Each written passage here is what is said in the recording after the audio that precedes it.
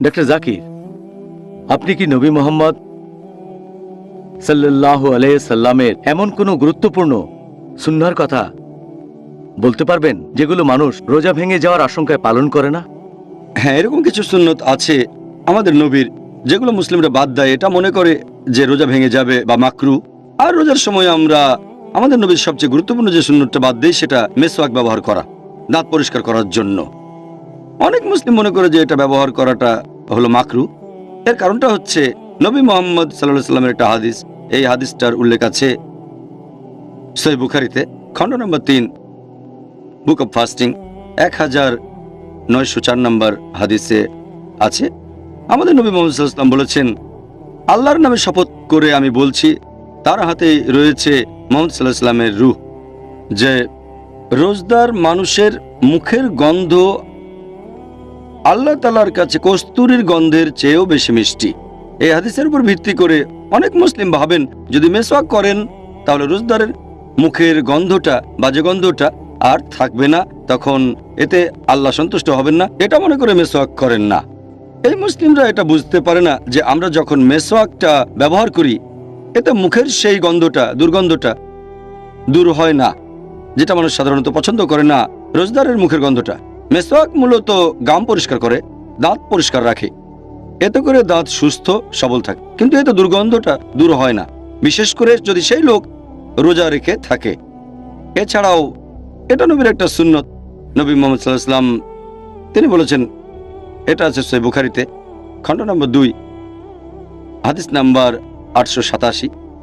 আমাদের নবী মুহাম্মদ সাল্লাল্লাহু আলাইহি ওয়াসাল্লাম বলেছেন যে যদি এটা আমার উম্মতদের জন্য কঠিন না হতো, তাহলে প্রত্যেক নামাজের আগে আমি তাদের জন্য এই মেসওয়াক ব্যবহার করাটা বাধ্যতামূলক করে দিতাম। যেমন অজুর সময় মেসওয়াক ব্যবহার করা, নামাজ পড়ার আগে যেমন অজু করতে হয়, ঠিক তেমনি যদি উম্মতদের জন্য কঠিন না হয়ে যেত, তাহলে নবী মেসওয়াক করাটাও আবশ্যক করে দিতেন। তিনি এখানে কোনো রকম ব্যতিক্রমের কথা বলেননি। সেরকম হলে তিনি বলতেন, মেসওয়াক তাদের জন্য আবশ্যক করে দিতাম শুধু রমজান মাস বাদে। এই গুরুত্বপূর্ণ সুন্নাহ, এটা যদি রোজার সময় মাকরু হতো অথবা রোজা ভেঙে যেত, তাহলে নবী আমাদের অবশ্যই জানাতেন। এটাই প্রমাণ হয় যে এটা গুরুত্বপূর্ণ সুন্নাহ, যেটা মুসলিমদের পালন করা উচিত, রমজান মাসে পালন করা উচিত। মেসওয়াক করলে রোজা ভেঙে যায় না, এটা মাকরু না, এটা হচ্ছে মুস্তাহাব, উৎসাহিত করা হয়েছে। আরেকটা গুরুত্বপূর্ণ সুন্নাহ যেটা মানুষজন এড়িয়ে চলে আর তারা মনে করে যে এতে রোজা ভেঙে যাবে, কবুল করা হবে না, সেটা হলো নাকের ভেতরে পানি দেয়া, পানি দিয়ে নাক পরিষ্কার করা, যেটা করা হয় বিশেষ করে অজুর সময়। তাই অনেক মুসলিম যখন অজু করে তখন নাকের কাছে পানিটা আনে, তারপর নাকের ডগায় একটু ছুঁয়ে দেবে, ভেতরে পানি ঢুকিয়ে নাক পরিষ্কার করে না, ভেতরে তারা পানি নেয় না, যেটা অজুর সময় করা আবশ্যক। তারা ভাবে নাকে পানি ঢোকালে রোজা ভেঙে যায়। নাক থেকে পানি যদি কণ্ঠনালীতে চলে যায় তাহলে রোজা ভেঙে যাবে, কিন্তু এই সম্ভাবনাটা আসলে খুবই কম। আমাদের নবী মুহাম্মদ সাল্লাল্লাহু আলাইহি ওয়াসাল্লাম বলেছেন, এটা একটা সহিহ হাদিস, সুনান আবু দাউদ, খণ্ড নম্বর 2, হাদিস নাম্বার 2360। আমাদের নবী বলেছেন, যখন তোমরা ওযু করবে নাক দিয়ে বেশি করে পানি নাও, শুধু রোজার সময় বাদে। তাহলে অন্য সময় ওযু করলে নাকে বেশি করে পানি নিতে হবে, শুধু রোজার সময়টা বাদে। কারণ রোজা রেখে যদি বেশি করে পানি নেন তাহলে সম্ভাবনা যদিও খুবই কম যে পানি কণ্ঠনালীতে গিয়ে রোজা ভেঙে যাবে। তবে এমনিতে যদি নাকের ভেতরে পানি নেন, সাধারণত কণ্ঠনালীতে পানি যায় না। তাই রোজার সময় আমাদের শুধু খেয়াল রাখতে হবে নাক দিয়ে বেশি পানি নেব না, তবে ওযুর সময় নাকে পানি নিয়ে পরিষ্কার করতে হবে। এটাও গুরুত্বপূর্ণ সুন্নাত, যেটা অনেক মুসলিমই করে না, এটা থেকে বিরত থাকে, বিশেষ করে ওযুর সময়। নবী এখানে পরিষ্কারভাবে বলেছেন যে রোজার সময়টা বাদে। মেসওয়াকের ব্যাপারে তিনি বলেছেন, আমি আবশ্যক করে দিতাম যদি এটা আমার উম্মার জন্য কঠিন না হতো। এখানে যেহেতু রোজার কথা বলা হয়নি, তার মানে রোজা রেখেও মেসওয়াক করতে পারেন। আর ওযুর সময় নাক দিয়ে বেশি পানি নেবেন না, তবে এ সময় নাকের ভেতরে পানি দিয়ে নাক পরিষ্কার করবেন। এই দুটো গুরুত্বপূর্ণ সুন্নাত, অনেক মুসলিমই অজ্ঞতার কারণে রোজার সময় এগুলো পালন করে না।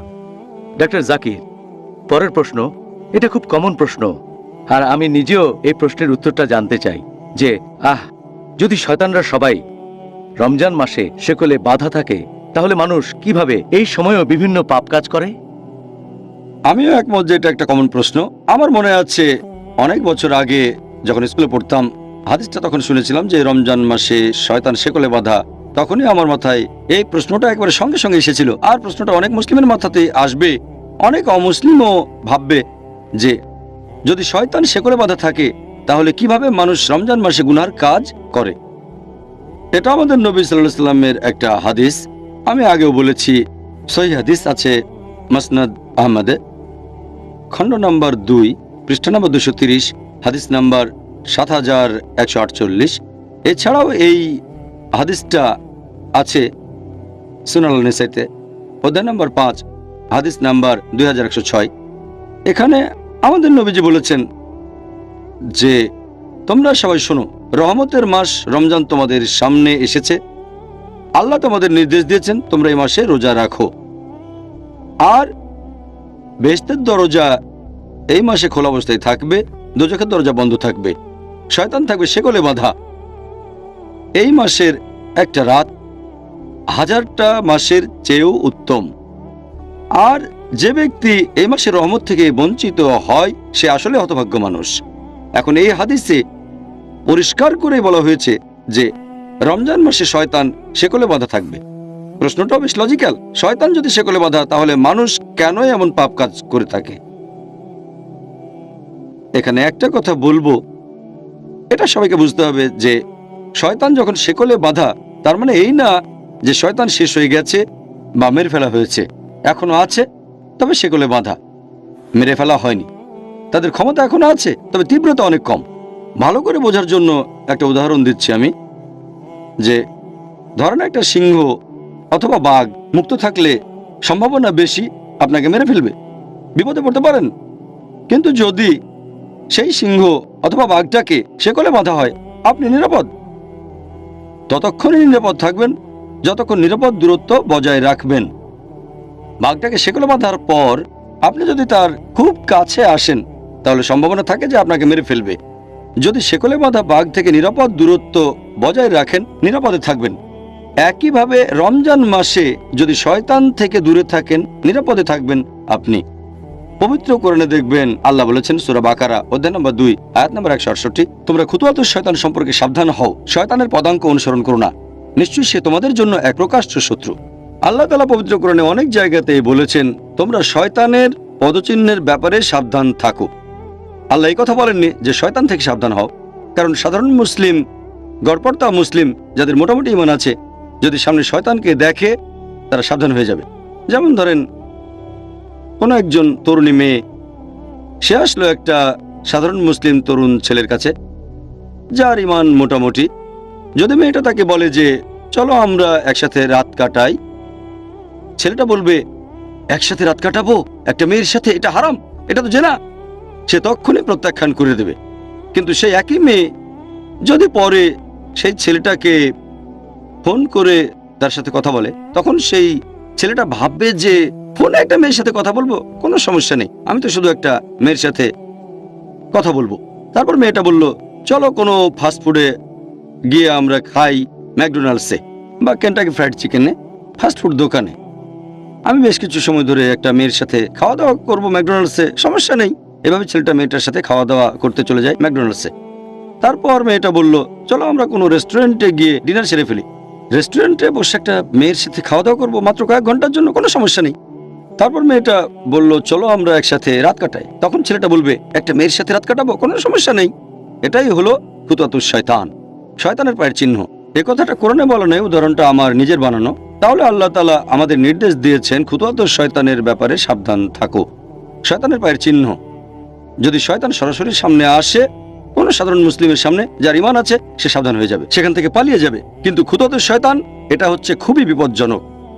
তাই আমরা বুঝতে পারছি শয়তান যখন শেকলে বাঁধা, তার পদচারণা তখন সীমিত জায়গায়, তাই অনেক পাপেরই সম্ভাবনা তখন কম। তবে যদি আমরা তার কাছে চলে যাই, তাহলে সম্ভাবনা আছে তার দ্বারা প্রভাবিত হয়ে আমরা পাপ কাজ করে বসবো, গুনাহ করব। তাই আমাদের সাবধান থাকতে হবে যে রমজান মাসে যদি দূরত্ব বজায় রাখি, তাহলে পাপ কাজ করার সম্ভাবনা কম। কিন্তু যদি শয়তানের কাছে চলে যায়, সে যদিও শেকলে বাঁধা, যেমন শেকলে বাঁধা অবস্থাতেও বাঘ চলাফেরা করতে পারে, শয়তানও ঠিক সেরকম। আমি ব্যাপারটা এইভাবেই দেখি। আমাদের নবী বলেছেন শয়তান শেকলে বাঁধা, তারপরেও চলাফেরা করে, তবে দূরে থাকতে হবে। যদি দূরত্ব বজায় রাখি তাহলে নিরাপদে থাকবো। আর আমার মতে দ্বিতীয় কারণটা হচ্ছে যে এই পবিত্র রমজান মাসে যদিও শয়তান শেকলে বাঁধা, আমরা এটা ভুলে যাই যে বাকি 11টা মাস মুক্ত থাকে। আর এই 11 মাসে শয়তান মানুষকে যেভাবে প্রভাবিত করে সেটার প্রভাব আর ফলাফলটা রমজান মাসেও কিছুটা দেখা যায়। আপনাদের বোঝার সুবিধার জন্য আমি একটা উদাহরণ দিচ্ছি যে অনেক ড্রাগ ব্যবসায়ী যারা তাদের কাস্টমারদের বেছে নেয় কলেজ বা ভার্সিটির তরুণদের, প্রথম দিকে তারা কি করে, ড্রাগস ফ্রি দিয়ে দেয়। এভাবে তরুণদের ড্রাগস দিয়ে লোভ দেখায়, আর কিছুদিন পার হয়ে গেলে সামান্য টাকার বিনিময়ে ড্রাগস বিক্রি করে থাকে। এরপরে চার্জ করা শুরু করে অনেক বেশি বেশি। তবে ততদিনে তরুণরা সে ড্রাগসে আসক্ত হয়ে গেছে। যদি সে ড্রাগস ডিলার সেখানে নাও থাকে, তারা খুঁজে বের করবে তাকে, যেখানে থাকুক খুঁজে বের করবে, কারণ ড্রাগস তখন লাগবে। এরপর যদি সেই ড্রাগস ডিলার বা সেই ড্রাগ ব্যবসায়ী জেলখানার মধ্যেও বন্দী থাকে, তাহলে তারা অন্য ড্রাগস ডিলার খুঁজে বের করে নেবে, অথবা কেমিক্যাল শপে গিয়ে বিভিন্ন ওষুধ কিনে খেয়ে দেখবে। তারা তো আসক্ত হয়ে গেছে। তাহলে এই লোকগুলো যারা ড্রাগসে আসক্ত হয়ে গেছে, অথবা বলা যায় শয়তান আসক্ত হয়ে গেছে, যদিও শয়তান সেগুলো বাধা, তার প্রভাবটা রয়ে গেছে। তাহলে দেখতে পাচ্ছেন যে একজন মাদক ব্যবসায়ী, একজন ড্রাগস ডিলার উপস্থিত না থাকলেও তার প্রভাব আসক্তদের উপর ছড়িয়ে থাকে। এভাবে আমরা মানুষরাও পাপে অভ্যস্ত হয়ে গেছি। যদিও শয়তান এ সময় সেকলে বাধা, আমরা বারবার একই ভুল করি। তবে এই ক্যাটাগরিতে পড়বে যারা আসক্ত হয়ে গেছে, যারা পাপে আসক্ত, তারা এই কাজ করে। তবে সাধারণ মুসলিম, গড়পড়তা মুসলিম যে পাপে আসক্ত হয়নি, তাদের পক্ষে পাপ থেকে দূরে থাকাটা সহজ। এ ব্যাপারে তৃতীয় যে লজিকটা, সেটা হচ্ছে, যদিও অনেক বিশেষজ্ঞ বলেন যে এই পবিত্র রমজান মাসে শক্তিশালী শয়তানরা, বড় শয়তানরা সেকলে বাধা থাকে, ছোটগুলো মুক্ত থাকে, এজন্য মানুষ এ সময় পাপ করে। তবে আমি এটা যেভাবে দেখি, তৃতীয় কারণটা হচ্ছে, যদিও শয়তান এ সময়ে সেকলে বাধা আল্লাহ বেঁধে রেখেছেন, তারপরও তার প্ররোচনা দেয়। শয়তানরা যেভাবে মানুষকে তার কাছে নিয়ে আসে, তার একটা হলো কুমন্ত্রণা দেওয়া, প্ররোচিত করা। আল্লাহ পবিত্র কোরআনে বলেছেন, আছে সূরা নাস অধ্যায় নম্বর 114 আয়াত 1 থেকে 6, কুল আউযু বিরাব্বিন নাস মালিকিন নাস ইলাহিন নাস মিন শাররিল ওয়াসওয়াসিল খান্নাস আল্লাযী ইউওয়াসওয়িসু ফি সুদুরিন নাস মিনাল জিন্নাতি ওয়ান নাস। তারা মানুষের মনের ভেতরে কুমন্ত্রণা দিয়ে তারপর বেরিয়ে যায়। তাদের মধ্যে রয়েছে জিন আর মানুষ। এখানে পবিত্র কোরআন আসলে শয়তানের কথা বলছে, যারা মানুষের মনে কুমন্ত্রণা দিয়ে তারপর বেরিয়ে যায়। আর এই সব শয়তানের মধ্যে রয়েছে জিন আর আছে মানুষ। তাহলে হয়তো আল্লাহ সুবহানাহু ওয়া তাআলা সেগুলো আটকে রেখেছেন সেই শয়তানদের যারা জিন, কিন্তু মানুষরা তো থাকে মুক্ত অবস্থায়। তাহলে শয়তানদের মধ্যে যারা জিন তারা আটক থাকে, তবে শয়তান তো মানুষের মধ্যেও রয়েছে। আল্লাহ সে কথাই বলেছেন, আমরা মুক্ত অবস্থায় থাকি। তবে এর পাশাপাশি শয়তানের কুমন্ত্রণার ব্যাপারে আমাদের সাবধান থাকতে হবে।